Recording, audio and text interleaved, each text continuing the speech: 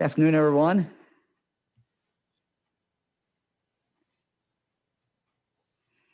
Well, we certainly had some good news yesterday morning. Moderna, with their drug trials proceeding very well, with 95%. Pfizer the week before. So that's very, very good news. Help is truly on the way for us in Ohio and across the country. So very, very, very good news. The bad news is that our situation in Ohio is deteriorating. We see more and more cases, more and more people in the hospital, and we've got to turn this thing around. We literally have to build a bridge to get from here to the point when we're going to have the immunity from the vaccine. So we got to get over this. We got to get over this bad spot. And I'm going to talk today about some of the things that we can do. And it sounds like the reports I'm getting around Ohio, we're already starting to do that. More and more people are wearing masks in retail outlets, which is just great news. So let's, Eric is back. Good to see you, Eric. Let's take a look at the numbers. Let's go to today's slide. 7,000 cases. This has been running between 7,000 and 8,000 for about a week. 6 weeks ago, we were at about 1,000, so it's gone up dramatically. Number of deaths sadly at 30. Hospitalizations way up, 368. We'll talk about hospitalizations in a moment. Those people in the hospital. 21-day average was 210, and ICU admissions is up a little bit as well. Let's talk a little bit about hospitalization. October 13th, we had 1,000 people in our hospitals in Ohio who had COVID. November 5th, that number was 2,000. By November 12th, that number had gone from 2,000 to 3,000. And you look at today's number, 3,648. So this is just, as you can tell, going up dramatically. You'll see that the yellow is the ICU, and that's going up certainly as well. And you'll see COVID positive hospitalized is the purple. So just a dramatic change. I spent yesterday traveling around in some of the southeastern parts of the state, as well as the northwestern part of Ohio. I had doctors with me at each stop, and each one of them described what they were seeing in their local hospital. Let's the ICU. Let me give you the ICU numbers. 1 month ago, we had 280 of our fellow Ohioans in ICU. Today, we have 900. So a dramatic increase of those in that situation. So Eric, let's take a look at the next one. This is our slide. Of course, 88 counties ranked by highest occurrence. And again, as you'll see, every single county is now a high incidence. And these numbers continue to go up even for the counties that have the least spread. If we look here, Meigs County, for example, still these are high numbers. Every county in the state is at least 2 times the high incident level set by the CDC. Eric, let's look at the top 20. And if you look at the top 20, these are astronomical numbers. If you look at the top 5, Putnam, Mercer, Allen, Lake, Auglaize, these numbers are just shocking. It means that 1 out of 100 people in the last 2 weeks was diagnosed with COVID. So just think about the odds, and we know that's always lower than not everybody's diagnosed, not everyone has the test.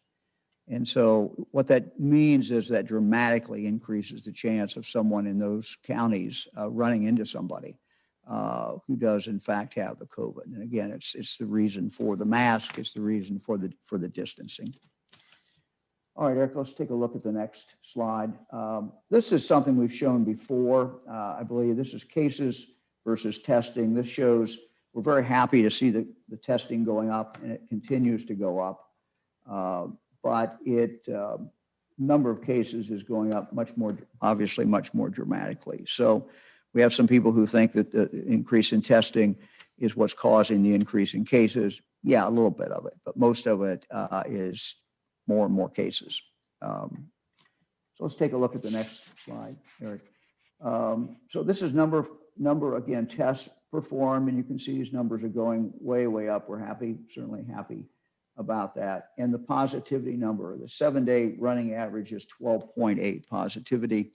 The last day was 13.8. So certainly not heading in the right direction. So let's talk a little bit about building that bridge to get us across till we get to the point when we start not only getting testing out, getting vaccinations out, but get them out enough so that we're starting to get that herd immunity. So it's a ways away, but the good news is it is coming. And it's great news that we got this week and last week. Well, we started down that path last week with our retail mask order. We had inspectors go out yesterday for the first day. Again, our goal is to protect the workers in the retail establishments, also to protect customers when they go in. It's the right thing to do with every county now being hot, every county now having very significant spread. The good news is that we have had some reports that even before Monday, when it started to be enforced, we were starting to see number of people who are wearing masks in retail establishments go up. And I got some emails from some folks who have been in these different retail establishments and some of them. So that's great. We just encourage people to continue to do that. We reissued last week the order that people should not come together, 10 or more people. That has to do, of course, with wedding receptions and funerals. Again, not impacting the wedding receptions or the weddings themselves, the ceremony, nor the funerals, but the receptions, the getting together.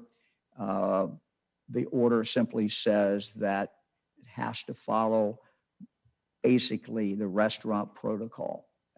There's a few additional tweaks in there, but it's basically people need to wear masks when they're not actively eating. They need to be seated. They need to be careful. And we think that will help when people follow that, as well as we've seen a lot of tragedy come out, sadly, out of weddings and out of funerals and spread coming from that. What else can we do? I think really, if we could summarize what we need to do, it's wear a mask and have fewer contacts. What do I mean by that? Well, think back to the spring. We did some shutdown, people stayed home, not looking at anything that drastic, but we know that if we reduce the number of people we come in contact every day with, that we reduce the chances of getting the virus, and we reduce the chances of spreading the virus if we unknowingly have it. You can look back in the spring, or you can look back in March, April, and you just saw activity went down. And we're not talking about closing any businesses as we did then, but what we're asking every Ohioan to do is to limit your activity, limit your contacts with other Ohioans. So how are we going to do that?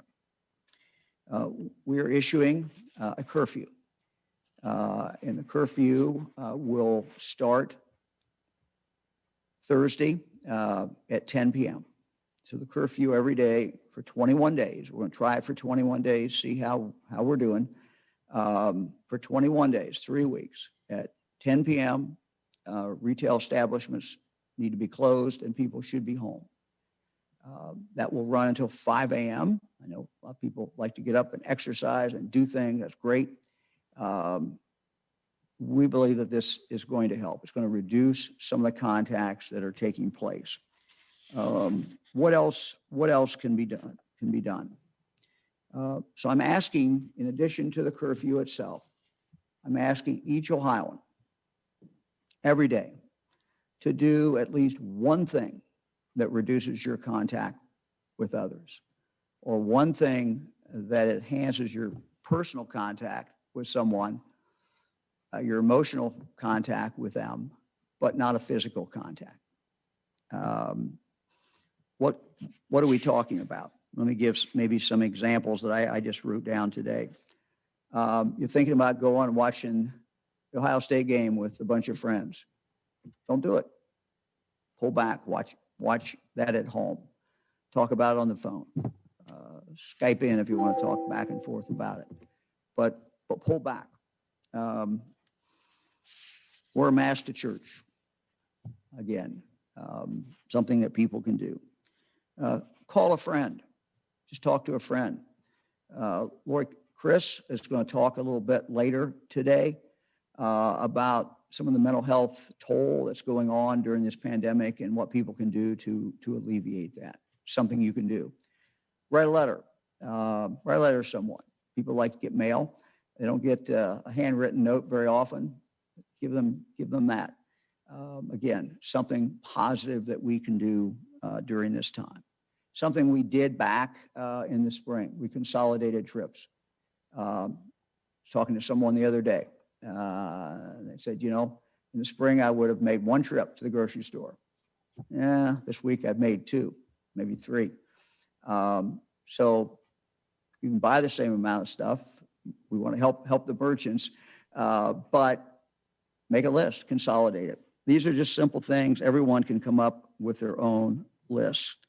So I'm really asking, and we're asking every Ohioan to do one thing at least, or two or three, that cuts down the contact every single day. Ask what you can do for your fellow man.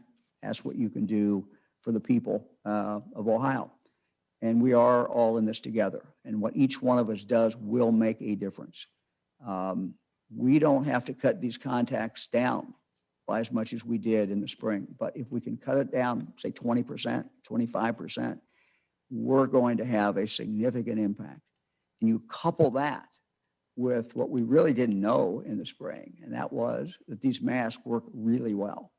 And so you couple the mask with that, couple the cutting down on the number of contacts, and that's going to go a long way to keeping our hospitals from being overrun. It's going to go a long way to keep our kids in school.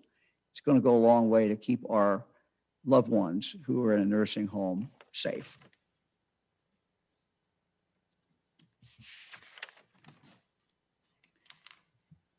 I want to now go to our Chief Medical Officer of the Ohio Department of Health, Dr. Bruce Vanderhoff. Doctor, thank you for joining us. You're officially on the team, and so thank you very, very much for this, the good work that you're doing. I know that you and I have talked an awful lot. We talked some before you took the position, but we've been talking a lot more since you took this position. So give us a little perspective from a medical, scientific point of view about what we're seeing in Ohio right now, and maybe some of the things that we should be looking to do and what the significance of all this is.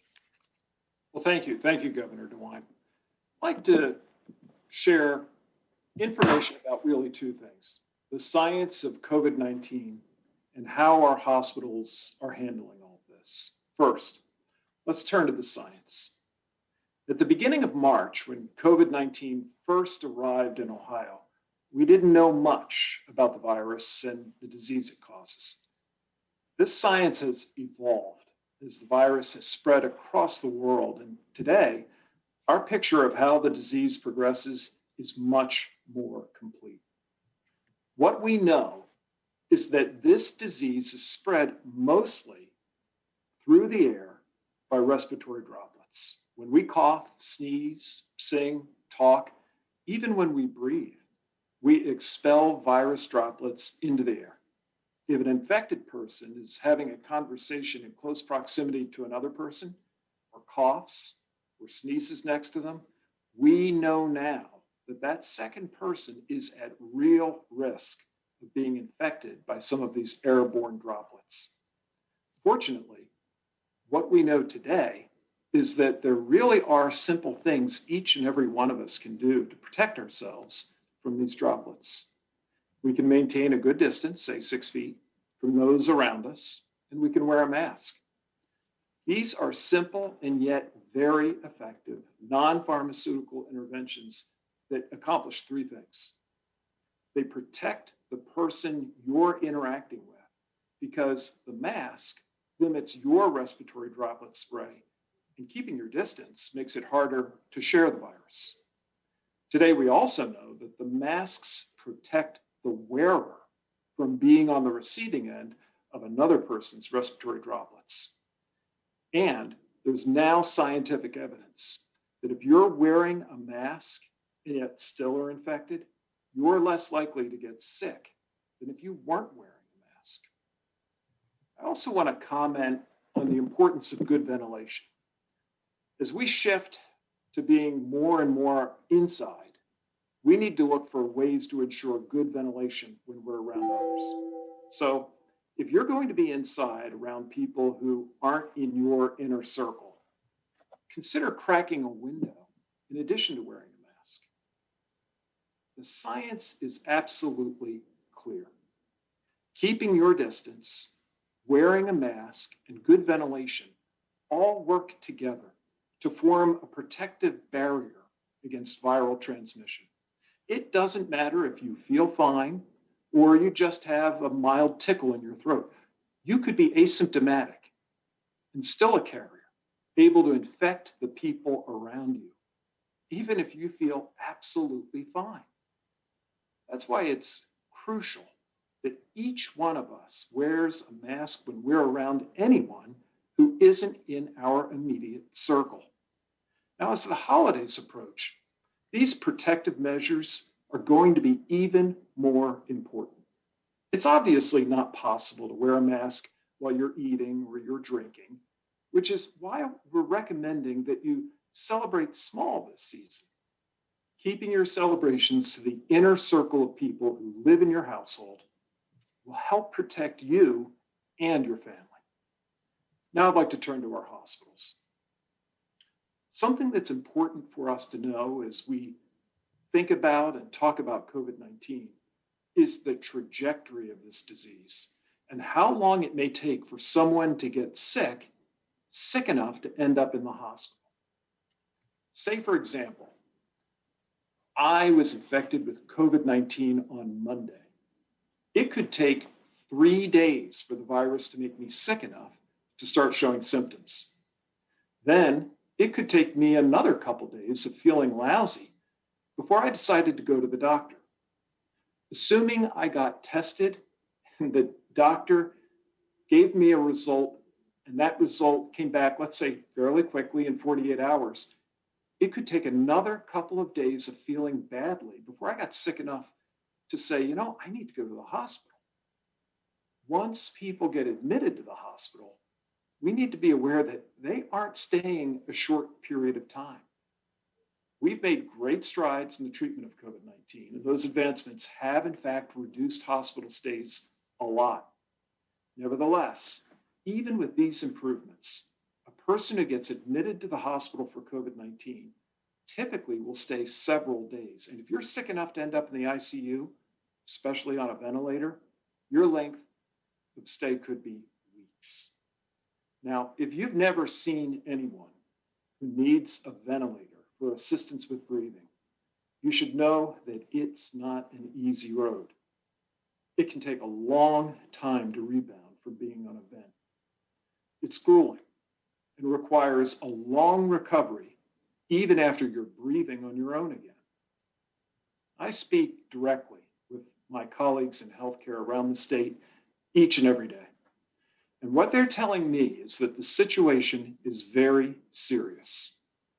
As we look around the state, every county is being impacted. There's no relief valve. There's no place where the virus isn't transmitting at a high rate.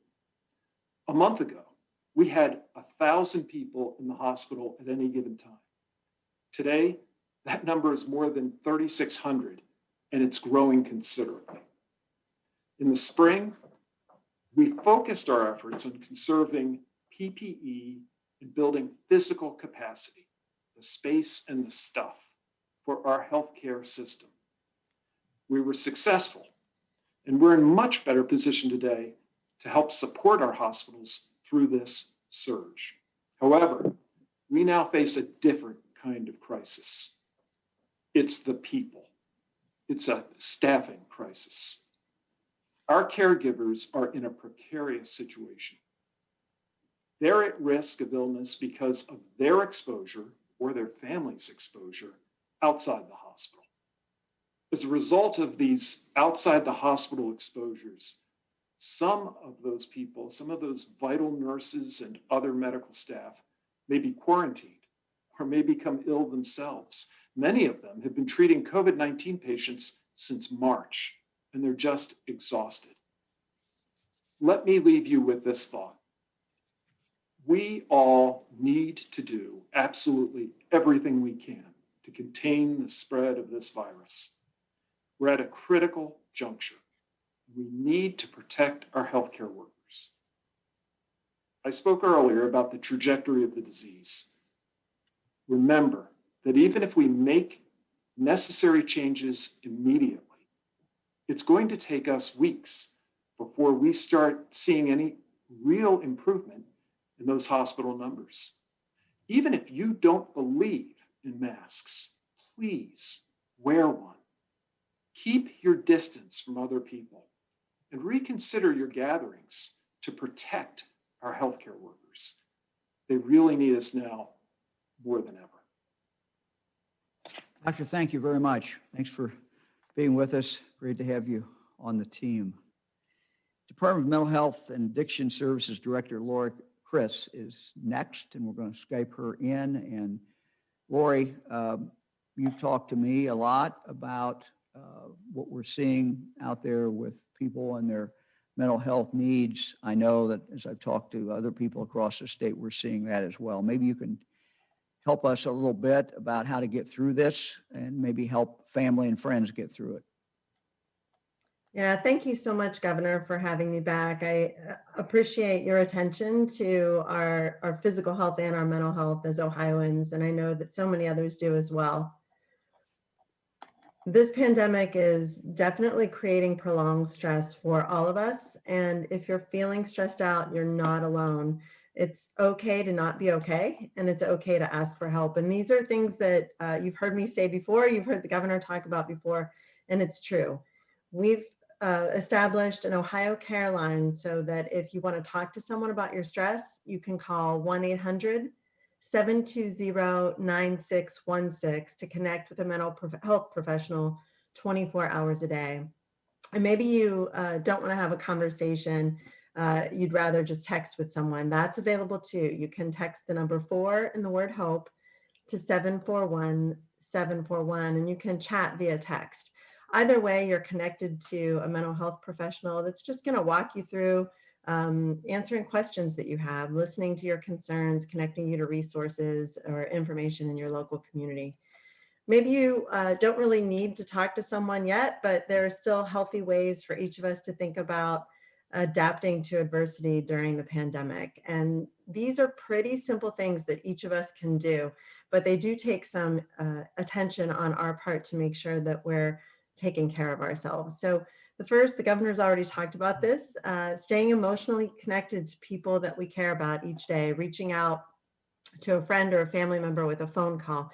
It helps us feel better as the person making call, and it's always great to get a phone call from a friend too. Get a little bit of fresh air, a little bit of sunlight, a little bit of exercise each day. That gets a little harder in the colder months in Ohio, especially the sunlight sometimes, but getting outside, and even if it's just bundling up and taking a walk around the block or doing some stretches inside near a window, these are good things for us physically. And then the other thing I'll just mention quickly today is prioritizing time for your spirituality or your faith, spending some time in meditation or prayer, is something that can really help with managing stress too. So again, these things sound simple, and it's easy to move away from any one or all of these things on a day-to-day basis, especially if we're dealing with financial struggles or missing loved ones during the holidays or supporting a school-age child during the learning from home. But research shows that these coping strategies will help each of us deal with adversity, and they help each of us build some confidence in our skills, calmness in our mind, and perseverance when we're starting to feel the fatigue of the pandemic and it taking place over months and months. So remember, taking care of yourself is a priority, not a luxury. And now I just want to take a minute to talk to our friends and family and neighbors who have been struggling with or recovering from a mental illness or a substance use disorder, maybe starting before the pandemic. Please keep up with your treatment, keep up with your medication, stay connected to your support groups. If you run a facility that hosts a support meeting, find ways for that meeting to continue in person in a safe way if possible. And if not, look for ways for people to connect virtually through social media meetings or other connections. These support meetings are life-saving, so stay connected to your peers. They'll help you when times get tough. Also, we know that no matter how long someone's been in recovery from a mental illness or a substance use disorder, relapse can happen under prolonged stress. And so the pandemic is certainly something that can threaten relapse for our friends and family who are in recovery. Let's make sure that none of us are making assumptions, that we're checking in with our friends, checking in with our families who we know have struggled with addiction or mental illness in the past. Invite these family members, these friends into our inner circle, into our bubble, to help them find ways to be safe and help support their wellness from COVID-19, but also to reduce opportunities from being alone and for having a substance use crisis without support, and that could include an overdose. Ask your friends and family who are in recovery if they're okay. Encourage them to stay connected to treatment and support. Ask if they need help getting what they need. And if they do, then there's resources available. You can go to takechargeohio.org, or you can again call the Ohio Care Line at 1-800-720-9616. These are simple ways that each of us can commit to supporting ourselves and one another every day during the pandemic and beyond. And remember, taking care of yourself is a priority, not a luxury. Well, Director, thank you very much. All good comments, very important comments. For example, if someone is in an AA group, what you're saying is try to figure out either how to physically continue that, maybe wear masks, do something, or do it online, or somehow keep that connection. That's right. That's right. There are a lot of peer support groups, family support groups that are continuing in person. Maybe there's fewer people, they're sitting further apart, they're wearing masks, the meetings might be shorter. So don't assume that a meeting's not happening, reach out and find out. But also online, there are a number of meetings available, and there are organizations that are hosting those, and they're private and confidential and secure as well. Great. Well, thank you very much. Thanks for the great work you do and your team and the folks around the state of Ohio. So we appreciate that very, very much. Before we go to the Lieutenant Governor, maybe just a couple more comments about the curfew, because I'm sure people are saying, well, what all does that mean? Again, 10 o'clock to 5 o'clock in the morning. Basically want people not to be out, but there certainly is always exceptions. It would not apply to those who need to go to work during those hours or those who need to be out for any kind of emergency purpose. Curfew is not intended to stop anyone from getting groceries or getting a meal from carryout or drive-through or delivery. Curfew is not intended to stop anyone from going to a hospital, obviously, or seeing a doctor or getting help or treatment for medical or mental health conditions. So just kind of common sense. Our idea is to kind of carve this time out, and we know that if we all do it with some exceptions, that in and of itself will reduce some of these contacts that are going on. So, Lieutenant Governor? we'll turn it over to you. Thanks very much, Governor. Last part, people need to pay attention to that. It's just common sense. And Lori and Bruce are great. A lot of great advice there. And, I've had lots of conversations over the last week from people who offered opinions and advice. And I've just tried to put it in perspective for them. We've heard a lot of statistics. It's always hard to know which ones to use, but it took us 5 months to get to our first 100,000 cases.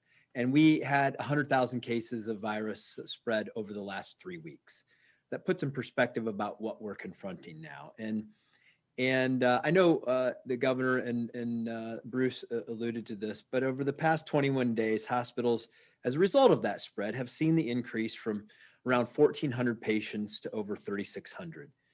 And as a result, some of those hospitals have had to accommodate this increasing numbers by slowing, postponing some elective surgeries. And we just can't see this trend continue without it having a really increasingly negative impact on the way that our caregivers provide that care.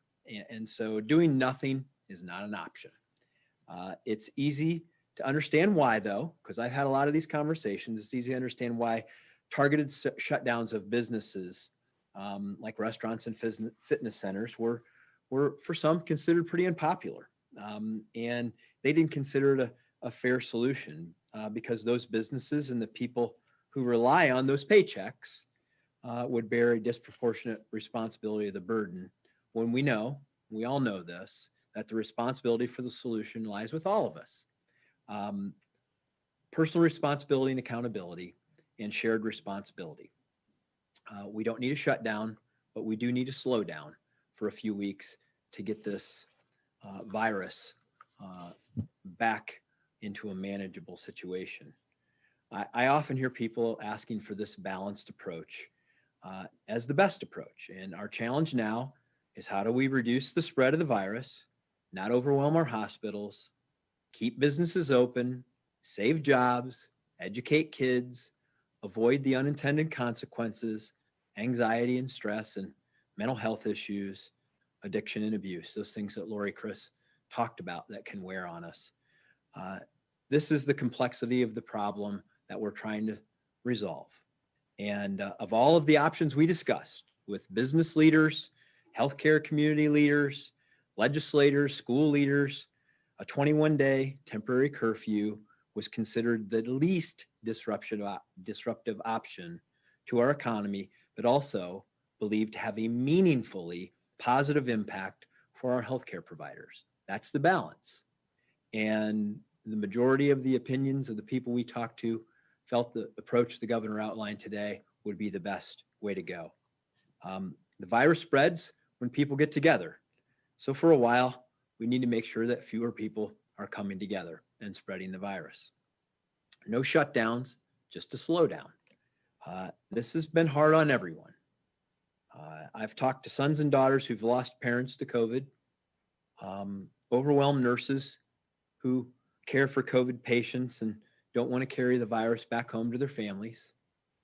I've talked to business owners who've closed and even more who are struggling, and employees who've lost their jobs and those who are anxious, fearful that they might lose theirs, and moms who are stressed over educating their kids at the same time they're trying to work from home.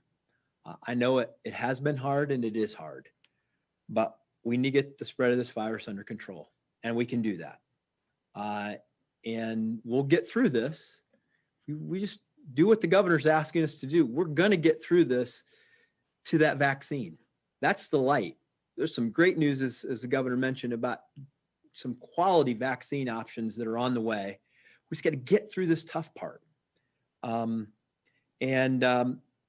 know it affects every family, and every family needs to have a plan. And I shared with the governor this morning about what our family plan is. On Sunday, my dad called. He and my mom are in their 80s. And I know the highlight of their year is Thanksgiving, because it's the only time of the year where all of their kids and their grandchildren are ever together.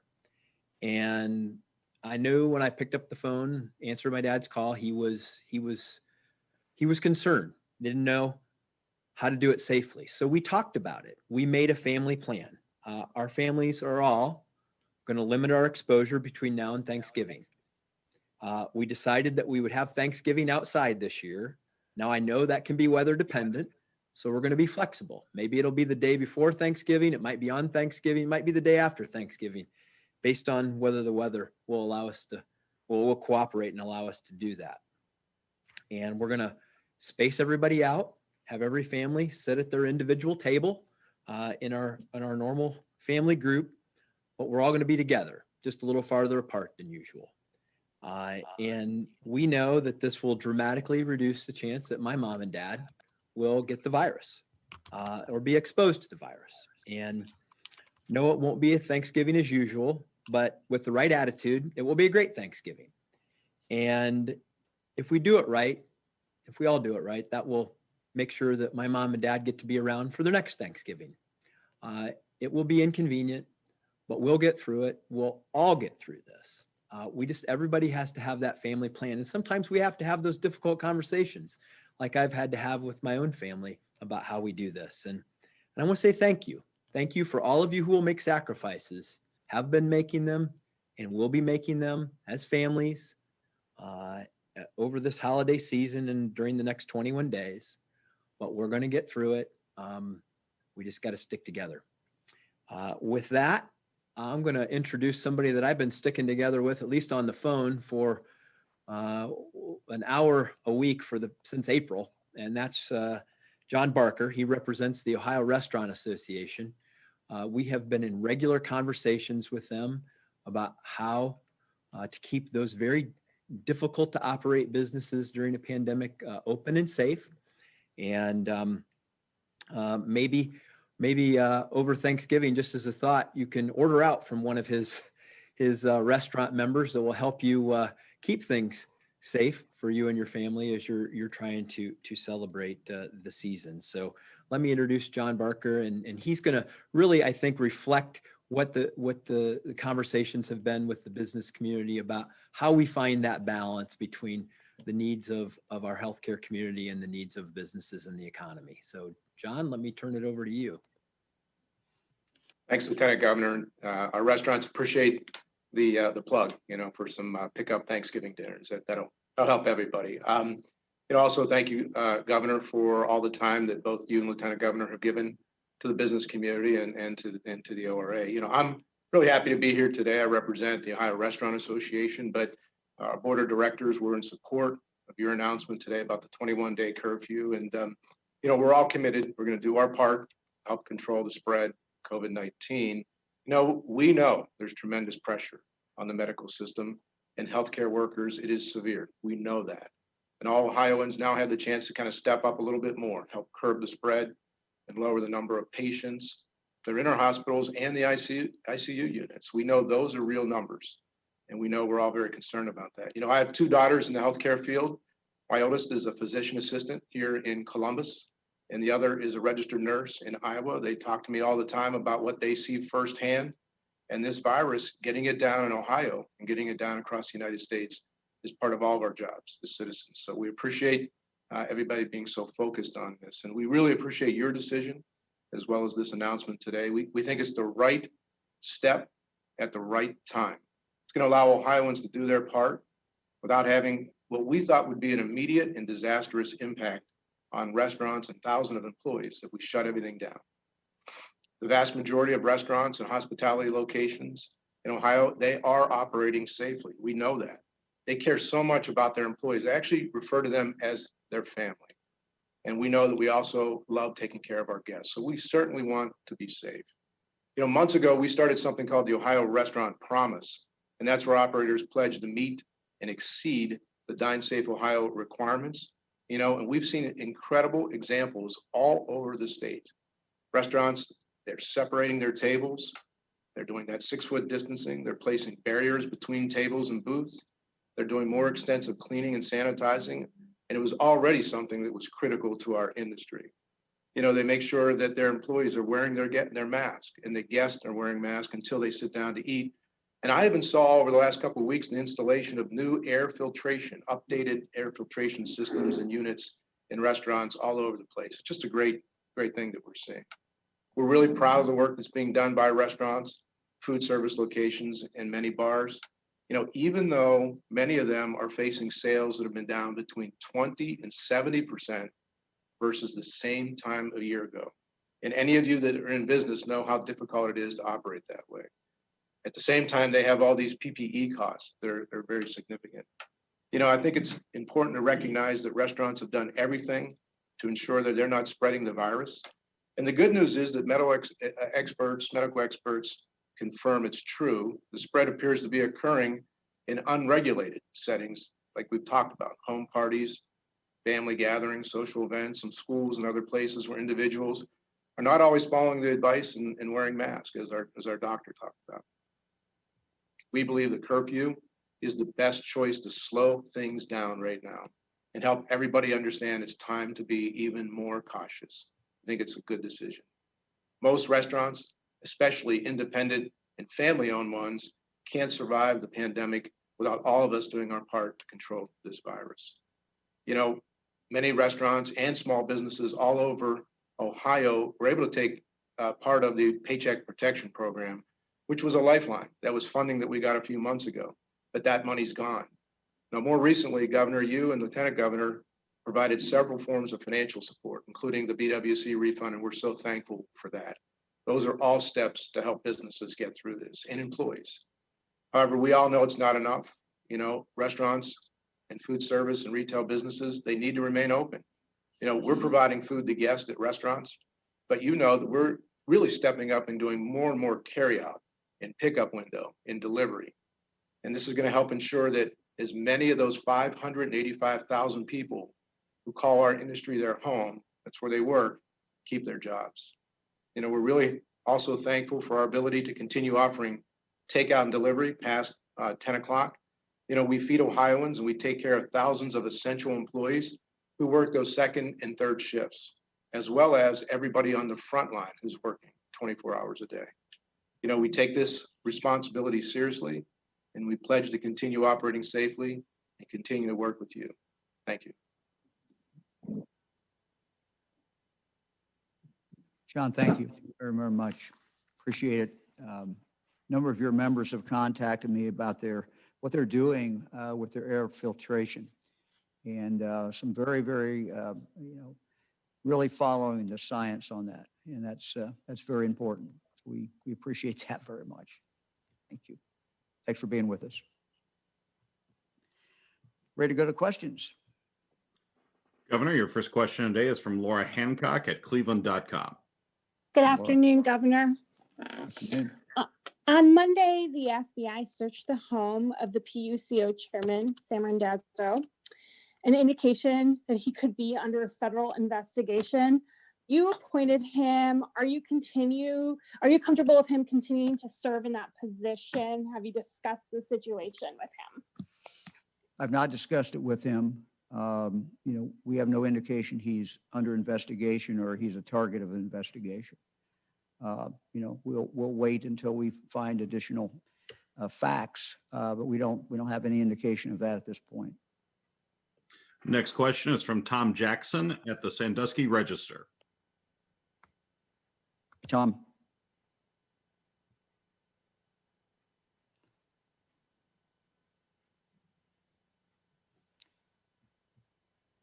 Consider actually closing restaurants and bars on Thursday like you had previously talked about? And also, are people going to be allowed to do carry out after 10, or does everything shut down at 10? Well, Tom, I missed the first part. I think I got the question. I'll try to answer it. If I didn't answer it, you come back and tell me I didn't answer it. But as far as the carry out, yes, carry out will be allowed. No retail, no place you can walk in retail, but you could do it. You could do a drive-through. If a restaurant had drive-through, you could do, if they have delivery, you could do the delivery. You can get a pizza delivered, whatever you want to have delivered. So, and I sort of missed the first part of the question, I think. Governor, the first part of the question is, have you now ruled out closing bars and restaurants? Because previously there was an announcement you were going to discuss that Thursday. Yeah, we looked at this and frankly, we heard from, a lot of people who work at bars and restaurants. And, I've always said we do listen. I got some amazingly compelling emails in regard to this, some texts. And, behind each worker, there's a story. There's a single mom out there who's, this is what she's doing, trying to keep her family moving forward. We got people with other situations. So, every employee has a story. Every owner has a story as well. So what we tried to do is balance things, but we have to take action. And so we're going to try this. We're going to do this for 3 weeks. We think that we can accomplish, frankly, a lot more by having this curfew than we could at closing one or two different business sectors. And so we're going to try this for 21 days.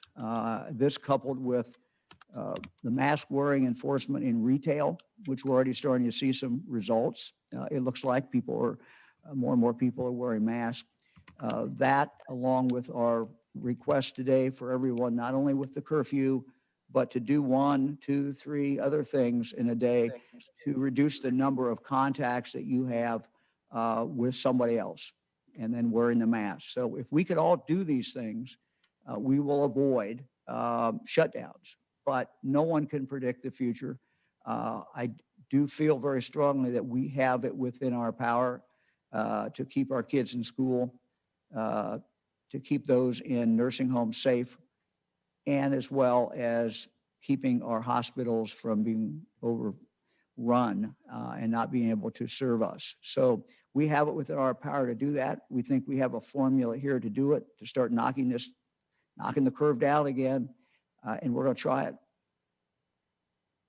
Next question is from Farnoosh Amiri at the Associated Press. Hi, Governor. Thanks a lot for taking the time today. I do want to go back and clarify because I think you mentioned something about people still being allowed to go get groceries after 10 p.m. And I guess I'm a little confused on how that would work if all retail. Look, I don't know if any grocery stores open beyond 10 o'clock, but if people are going in there, it's probably not a high risk. There's probably not that many people in there. So we're not going to say you can't get groceries, and we're not going to say you can't go to a pharmacy. Now, whether there's a pharmacy open beyond 10 o'clock, there may be some, but we're not going to tell them that they have to close. Someone may need a drug. Someone may have some reason that they have to be at a grocery store. So, this is, we want everybody home by 10 o'clock, but there's always emergencies and there's always some exceptions, but all retail closed by 10 o'clock. You can do carry out, you can do delivery, but all the retail basically that you walk into is in fact closed. That should accomplish putting people at home. But there are a couple of exceptions that, we think make sense. Next question is from Andy Chow at Ohio Public Radio and Television. Andy? Hey, Governor. So you just detailed how this order impacts businesses and how restaurants can stay open for delivery and pickup. How does this order impact just everyday people? Like you said, you're hoping that after 10 p.m. people go home. How will the health order be written? Is it like a stay-at-home order from 10 p.m. to 5 a.m.? Well, it's going to be similar. I mean, we're calling it a curfew. We think a curfew probably describes it best. This was reported, I saw some headlines this morning and some stories yesterday that talked about a business curfew. It's really not a business curfew, it's curfew. The goal is to have fewer contacts. And if we can take these contacts with people have with other people down 20%, 30%, we saw the impact it had in the spring. We're not shutting businesses down. But remember, in the spring, we had a lot of businesses open anyway. Some were closed. We went to the essential, non-essential. But the whole idea is if you can slow these contacts down, that's going to go a long way to slow this virus down. This virus lives only when it goes from one person to the other. And so if you reduce those number of contacts, that's why I ask people, in addition to the curfew, do something every day. Think, what am I going to do? What would normally do, I'm getting ready to do it. So no, I don't want to do that because that will, increase the contacts. And so if you just decrease the contacts, we're going to be better off. The curfew starts us down that path. I'm asking people to do more than the curfew. And we believe that those things coming together, along with the mask wearing in retail, we hope mask wearing throughout, will start flattening this curve and start getting this thing under control. Next question is from Jeff Reddick at WSYX in Columbus. Afternoon, Governor. Jeff? Does this strengthen the 10-person gathering limit? In other words, that's not often enforced. Would it be more enforced under the curfew? Secondly, Yeah, science behind this. Yeah, look, we don't anticipate, for example, someone's driving down the road on, 71 or 70 or wherever, and it's past 10 o'clock. We're not really anticipating they're going to get pulled over unless they're doing something else. But let's say there's somebody, there's a group of people coming together and it's 10:30 and they're at a park or they're someplace else. Well, it would be logical for police to go over there and say, hey, what's going on? And so that does not depend on the 10-person order.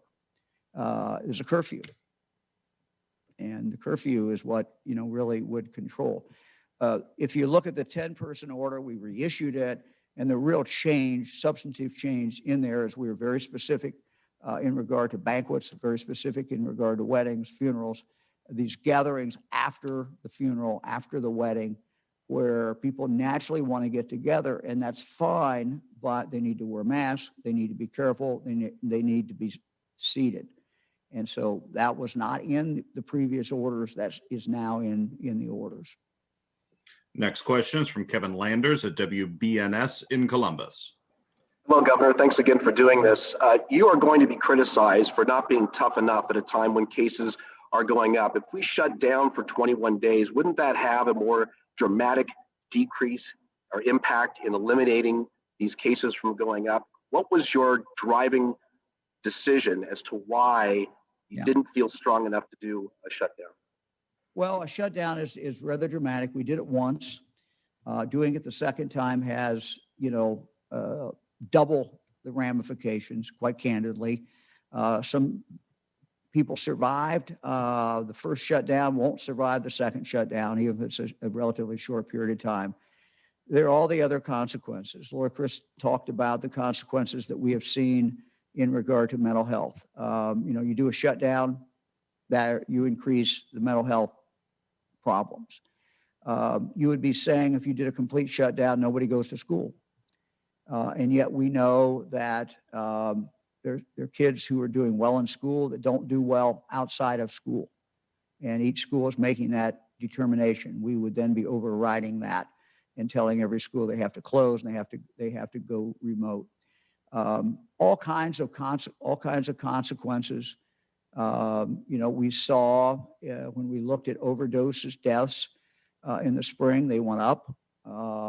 Goes back to something that Lori was talking about, Director Chris was talking about, people being together. And we think one of the reasons those overdoses went up is, frankly, people took drugs, they overdosed, no one was there to call 911. So for everything we do that distorts the economy or changes things, there are consequences, and there are many times there are unintended consequences. So what I had to do is balance that, the bad things that could happen with what would be the positive things that would happen. Came up with this idea that a curfew could carve into that time, cut the contacts down. But the success of this also not only depends on people following the curfew, but also people wearing masks and seeing that mask compliance go up.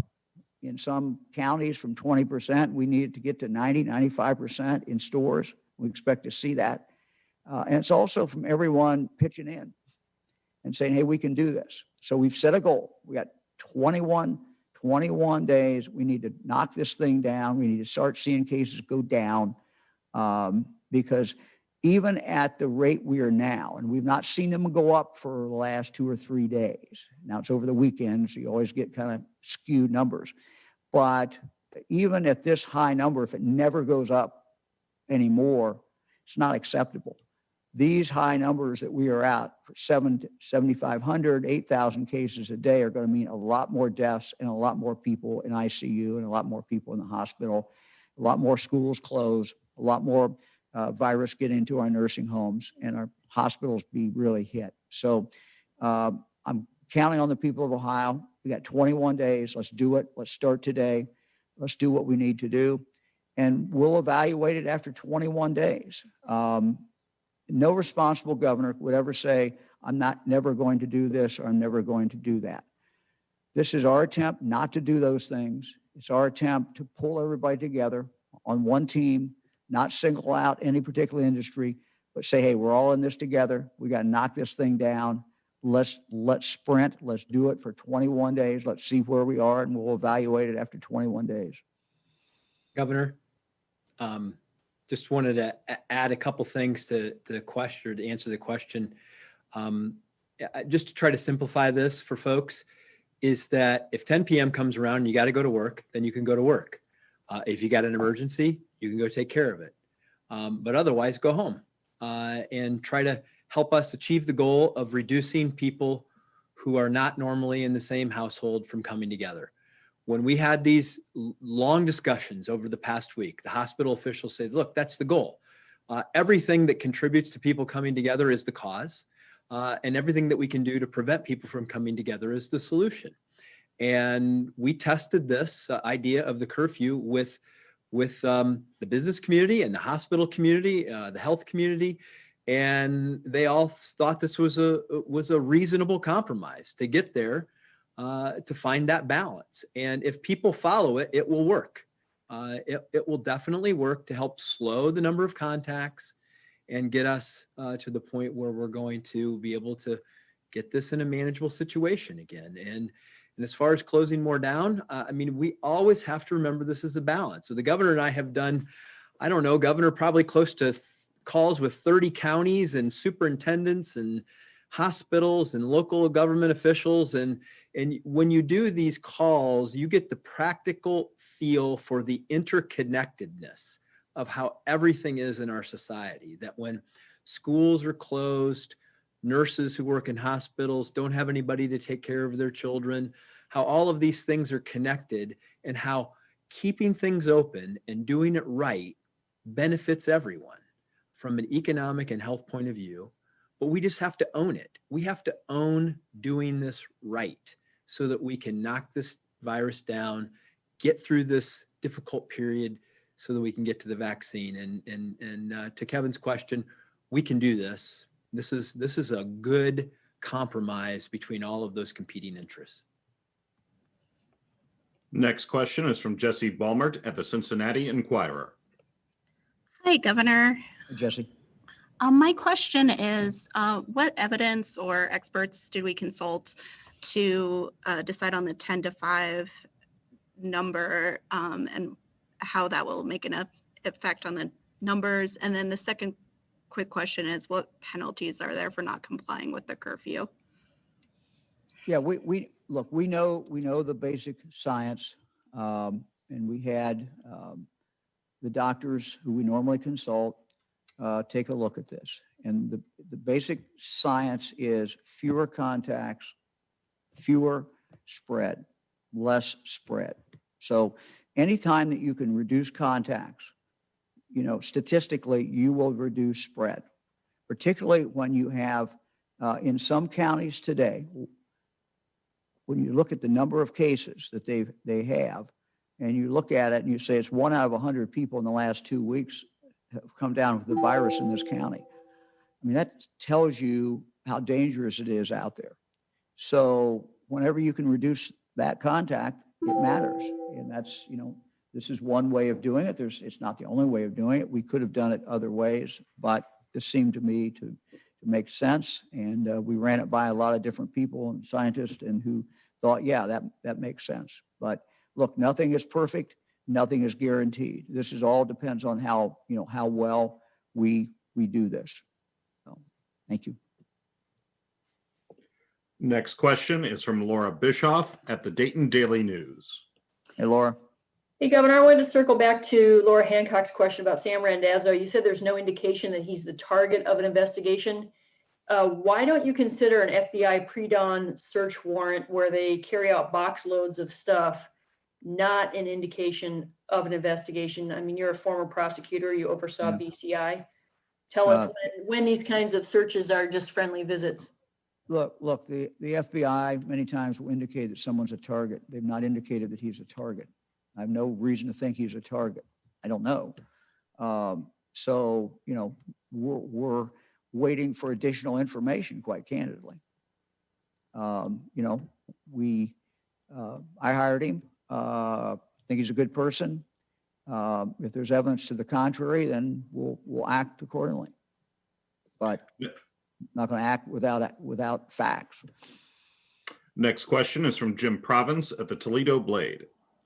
Hi, Governor. Thanks again for taking our questions. Why did you settle on 3 weeks? I mean, do you anticipate that we would have to extend the curfew beyond that? Would we have enough evidence as to whether it's working after 3 weeks? And do you know whether this has been tried in other states and what the success rate has been? Yeah, I've seen that some states have looked at curfew. I don't know whether we've got any empirical data, you know, what has happened when others have used it. It has been used in Europe. The situation in Europe is different because in Europe, what they've been able to do when they put an earlier curfew, you know, you could do a 6 o'clock or a 7 or 8 o'clock. When they've been able to do that, clearly they've knocked businesses out and knocked a lot of employees out, and they subsidize those individuals. We do not have the ability in Ohio, sadly, to do that. I mean, we've looked at it. We've looked at all kinds of options. Can we subsidize people? And, you know, the federal government came through with some very significant money, but that money is now gone, and we don't have the ability to look at that as an option. So in answer to your question, we know it's been used in Europe. It's been used, but been used differently than we would be using it here because we don't have any money, and therefore we can't extend those hours. 21 days, there's nothing magical about 21 days. You know, we instituted some things last week that we thought will make a difference. We're instituting the curfew now. We're asking Ohioans to do very, very specific things or refrain from doing specific things. There's much more awareness today in Ohio about what the problem is as people are seeing these numbers go up, as they're starting now to hear from their local hospital officials. So 21 days is an eternity with this virus. So where we are in 21 days, I don't know. I hope we're in a better position than we are today, but it seemed like 21 days was, let's give this a run for 21 days. We may have to take much more drastic action. We don't know. We may be able to get rid of the curfew. We may keep the curfew. You know, we're going to have to judge this, you know, at that time. But this is long enough till we can see, you know, get some patterns, and it's long enough to see what is going on and what result there is of doing this. Next question is from James Pilcher at WKRC in Cincinnati. Good afternoon, Governor. I wanted to circle back and get the specifics on enforcement penalties. Who enforces this? What are the penalties? And as an adjunct question, I saw a post today from an elected mayor in the state saying, "Don't listen to the tyranny. Have as big a Thanksgiving as you want." What do you say to somebody like that? I know the two different, one's more of a logistical question. Yeah, well, look, I think we're at the point of this debate and this discussion after 8 months that, you know, the science is clear. As a former colleague of mine, Daniel Patrick Moynihan, once said, everyone's entitled to their own opinion. You're just not entitled to your own facts. And I would say that to that mayor and to other people who are just totally irresponsible and want to be telling people to do things that may end up hurting them or killing them. So I find that to be totally outrageous. Can you just follow up on the penalties and the enforcement? Yeah. Is it going to be up to law enforcement to enforce this? And what can they arrest somebody? Can they what are they going to give them tickets? What are the penalties here? Yeah, let me get. I'm going to have my team send in to me the statute or the reference point in here. And I'll get back, I'll answer that in a minute. But basically, we're having calls now, our team is with local law enforcement. And again, we do not expect law enforcement to go pull people over because they're out beyond 10 o'clock. But if they're seeing something going on, this is a way that law enforcement can walk up to them and say, hey guys, you know, you're here, you're hanging out at this gas station, or you're here or there, you're congregating together, and there is a curfew, and why don't you just go home? You know, we're not looking for a heavy hand here. We don't want to put law enforcement in a difficult position. On the other hand, it is a serious matter, and we need to deal with it. So I'll get back. I'll answer that as soon as I get something from our team here. So thank you. Next question is from Josh Rutenberg at Spectrum News. Hi, Governor. Hey, Josh. Question for you. You've used words in this very press conference like dramatic to paint the picture of the virus and common sense as far as what certain measures need to be taken. And the Lieutenant Governor said that this was the least disruptive option in the economy. But do you have data to suggest that the majority of people are out between 10 p.m. and 5 a.m. as opposed to 5 a.m. to 10 p.m.? And if not, why is this not being done in reverse? You know, Josh, excellent question. Right now, I can guarantee you there are some people who are tweeting and who are saying that DeWine is a dictator and a tyrant and doing this. So, you know, we got different points of view, but we wanted to see what could be least disruptive that would not cause other problems, other social problems, unemployment, more mental health problems, but could make a significant difference. And no, of course, there's more people out during the day than there is between 10 o'clock and 5 a.m. But there are people out at 10 o'clock. And the goal is, you know, we put a stop of alcohol some months ago at 10 o'clock in our bars.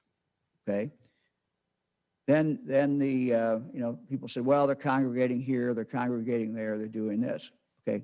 This should eliminate most of that additional congregating and that contact that occurs after 10 o'clock. And so while there may not be as many people out after 10 o'clock, you know, with the exception of those who are working and doing other things, you know, many of them are out congregating together. And so this should get rid of most of that. Nothing's perfect.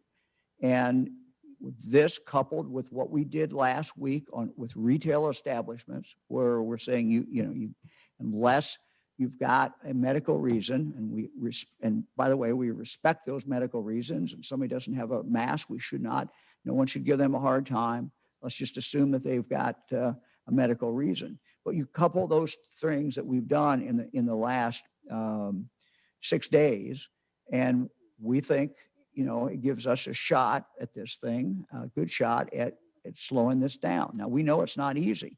When you get spread as high as 7,000 cases a day, 7,000 new cases a day, I mean, you know, it's hard to slow this down. The faster this train goes, and it's going pretty fast now, the harder it is to slow it down. But we think we have a shot at doing it without causing many other social problems that also are very, very bad. So I've said this before, but most of what I'm doing and the choices I'm making are between two bad decisions. Which one's worse? Which one's least worse? So, Lieutenant Governor. Yes, thank you, Governor. You hit the right point right there. Is that over the last week we have? I mean, look, we've been doing this for 9 months, but over the last week we really pursued all of the available options, and we talked to medical officials and people that were talking about the strain of the economy and the mental health issues, and because COVID's not the only problem of the pandemic. COVID is the cause of the pandemic, but it creates other problems, economic ones, mental health ones. And this, I know, I'm convinced from the conversations I've had over the last week that this is a balanced approach. This is a middle ground. This will slow down enough the people that are coming together that we can impact the spread of the virus, move it back to the point where it can be controlled, and at the same time, not cause a catastrophic effect in the economy. And you have to care about both. You can't just care about one in isolation. You have to find a balance. That's what the governor tasked all of us to do, is to help with that challenge. And based on all of the recommendations, this was the most impactful with the least disruption that we could determine that we could come up with. Next question is from Scott Hallis at the Xenia Daily Gazette. Hey, Scott. Hey, Governor, how are you? I'm well, sir. Good. A lot of schools, or not a lot, but there are many schools in the Dayton area who are starting to go back to remote learning for the next couple weeks or even longer because of some outbreaks within their district. That leads to a few questions I've received from some folks regarding winter sports. Can we get any? Are we expecting any guidance from the state, or is the Ohio High School Athletic Association going to be the sole decision maker as far as what happens as far as attendance, whether sports are going to go on, because they're starting to kind of, kick in now with things starting up? Yeah, good question. The way it is set up now, it will be similar to fall sports with no fans other than parents. But we're monitoring this. We're looking at spread. We're talking to school superintendents. As John said, we talk to them all the time. Can't talk to all of them, but there's a lot of them. But we certainly talk to a lot of them. I think most of them have my email, and I'm getting input from them. But so far, we've not taken any action to postpone the season. So we're watching it. We're watching the spread. We're consulting with health directors, and we'll see. But so far, winter sports would proceed with a limit on number of spectators. Governor, it's a timely question because I have a call with the Ohio High School Athletic Association today at 4:30 to get an update of some interactions that they've had as an association to talk about the health situation as it is. As the governor mentioned, the rules. Well, I had a call with all of the coaches, athletic directors, superintendents last week to go through all of the rules, make sure everybody understood the inside versus outside aspects and the things that need to occur to make it safe. There'll be significantly less in attendance because we're going to be inside versus what it would have been outside with a football game. But there are fewer participants. Where in a football team, you might have 50, 60 players.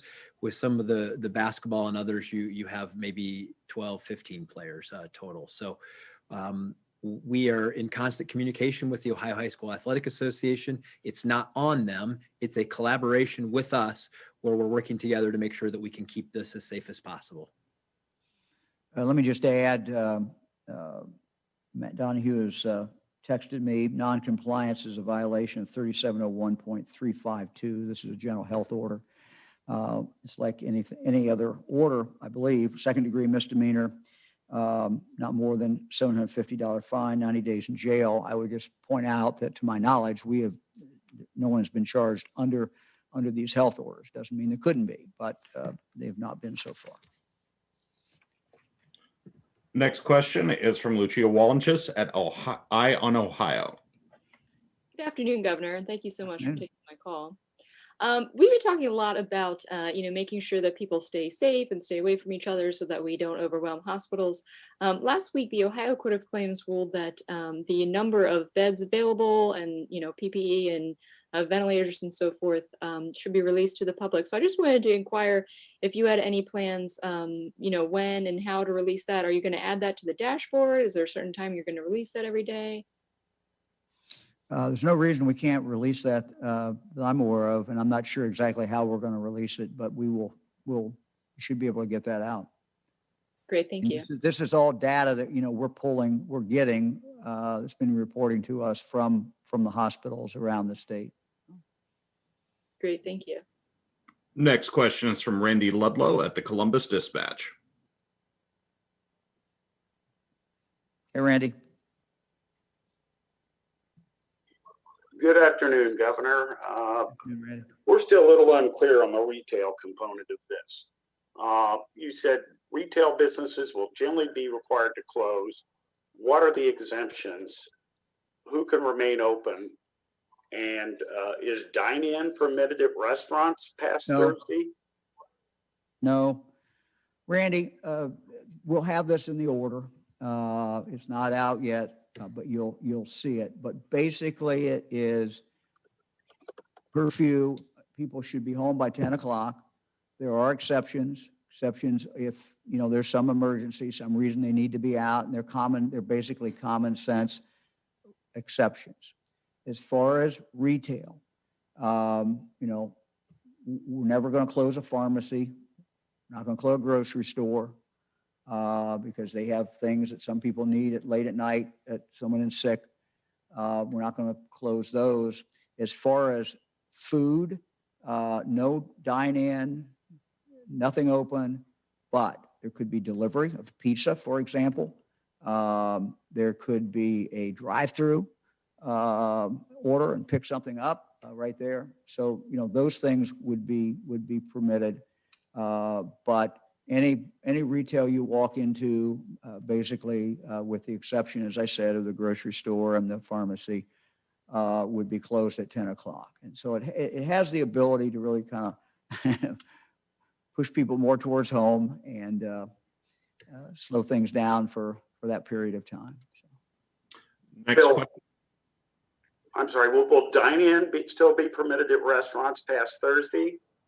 No dine-in beyond 10 o'clock. Curfew Okay, goes I'm into effect at 10 o'clock. asking about during the day. You had talked of closing restaurants. Apparently you're not going to do that. Dine-in No. will be permitted prior to 10 p.m. Yeah, sure. And look, we encourage, the restaurants have worked hard on this, and, there are a few outliers, but, they come under, they need to have people with masks and do everything they need to do. But the vast, vast majority of restaurants are doing what we have asked them to do and are working very, very hard at that. Look, we encouraged carry out. I think carry out is one way we can support our restaurants, and it's a good thing. Next question is from Desiree Goslin at WKBN in Youngstown. Hi, yes, thank you. Just to clarify on the last call bar rule, is that still in effect, or do people need to be out of the door before 10 o'clock? Yeah. Every retail establishment will close at 10 o'clock. Next question is from Jack Windsor at WMFD in Mansfield. Hey, Jack. Hi, Governor. Last week, your medical experts told us that they see mask compliance being high and that shutdowns would do more harm than good.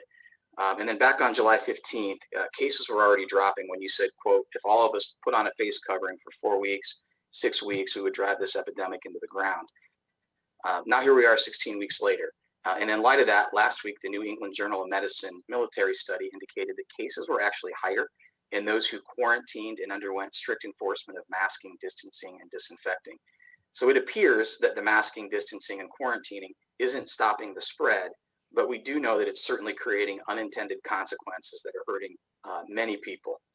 But it also appears that you're not willing to come off the dime and consider different directions. So my question is, why? Well, I'm going to refer to our doctors. Doctor still on? I am indeed, yeah. All right. Bruce, you want to answer that to Jack? I would caution anyone looking at a particular study and using it as a basis for contradicting a vast repository of medical data and information. It is incontrovertible that masking is effective in reducing the transmission of this virus. It is incontrovertible that staying apart from one another reduces the spread of this, and it defies common sense.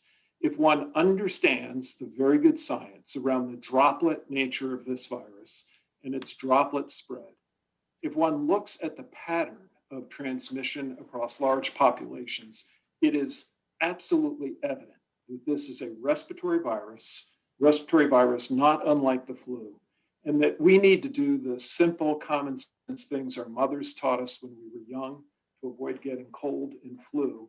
We just have to do it in a much more serious way with this one because it is more transmissible, and there is recent research showing that it has evolved to be highly contagious. And I think that's the story. Thank you. Next question is from Adrian Robbins at WCMH in Columbus. Hi, Governor. Thank you so much for taking my question. Dr. Vanderhoff said that we see hospitalizations as kind of a lagging indicator. From what the hospitals are telling you, do we have 21 more days if the curfew isn't as effective as we need it to be when it comes to how quickly our hospitals are filling up? Well, I'll let the doctor answer that one as well. I'll start by saying, look, our goal is to set this out for 21 days. If hospitals come to me at any time and say, we have an emergency, you must take additional action, we're going to listen. I mean, it's all based on facts that are coming in. We make these decisions every day. We've set this out. We think that we can let this run for 21 days. And if particularly if Ohioans, really get the percentage of mask wearing, I go back to what Jack said. I disagree with what Jack said. We have some communities where mask wearing is 20% in some establishments, but it's going up now, and that's the good thing. Bruce, you want to? Yeah, I think it's a very good question, and what I hope people are beginning to gather is just what you're pointing to, that this is a ship that won't turn around quickly, but we should be able to see a real impact from the guidance, the steps that have been advised and taken over the last week or so, the masking, the asking people to stay apart, and now this curfew in about 2 weeks. So a 2 to 3 week interval to look for an impact is just about the right amount of time. It's a reasonable window of time to look for that impact and look specifically for it on our hospitals. Next question is from Ian Cross at WEWS in Cleveland. Hi, good afternoon. Thank you, Governor. I have a two-part question. What guarantees can you provide to assure the small business community that compliance enforcement will be applied evenly and fairly, regardless of if it is a Fortune 500 company or a small family-run business? And secondly, do large retailers with significantly more resources and customers at any given time have a greater responsibility to go beyond the health order that went into effect on Monday? Yeah, give me the second question again. Sure. Large retailers, with more resources and more customers, do you think that they have a greater responsibility to go beyond what the health order Monday entailed? Well, the health order is pretty explicit. I think many companies certainly are already doing some of this, but I've had some conversations with some of the bigger ones directly. So yeah, I think they will. But what we want to see is substantial mask compliance in a store. We want to see not crowding, and that's the responsibility of these companies to make sure that happens. So I think we're certainly going to see that. As far as fairness and compliance, look, I mean, it's always important to have fairness. It's always important to be even-handed. And the goal, and we've instructed the inspectors, and their background is that their normal job is to making sure that there's a safe work environment.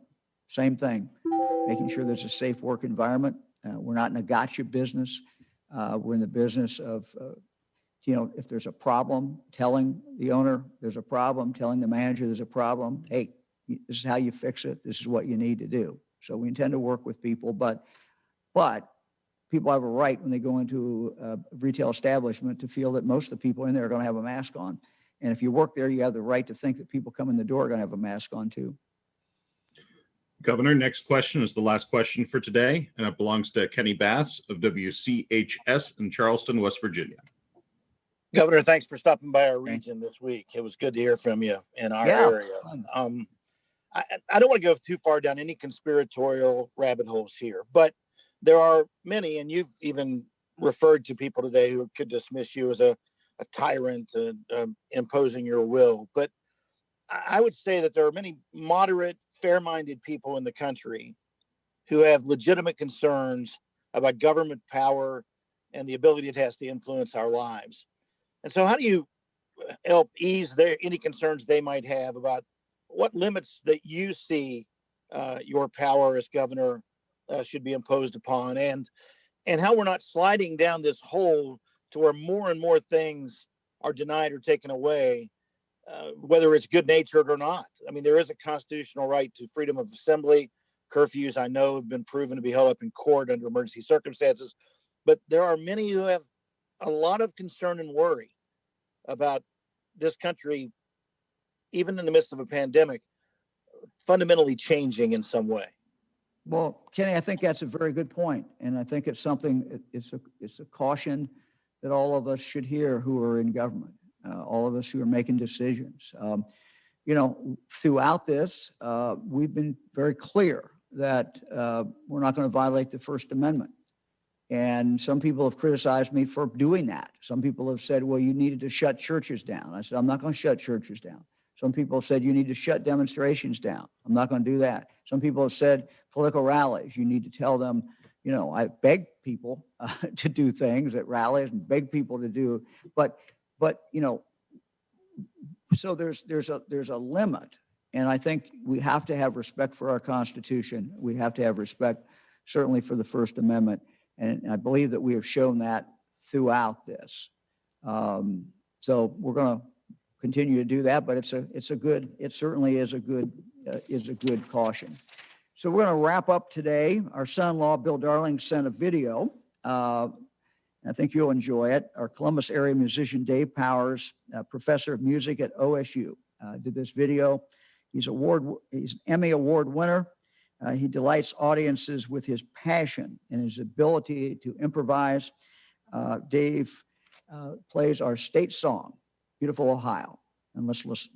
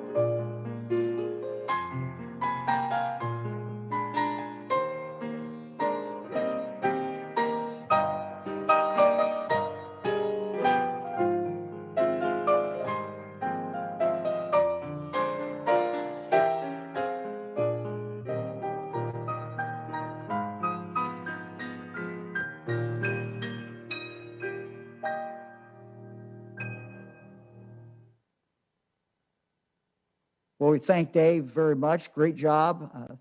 Thank Bill as well for bringing that to our attention. We'll see you all on Thursday. Thank you very much. Have a good day.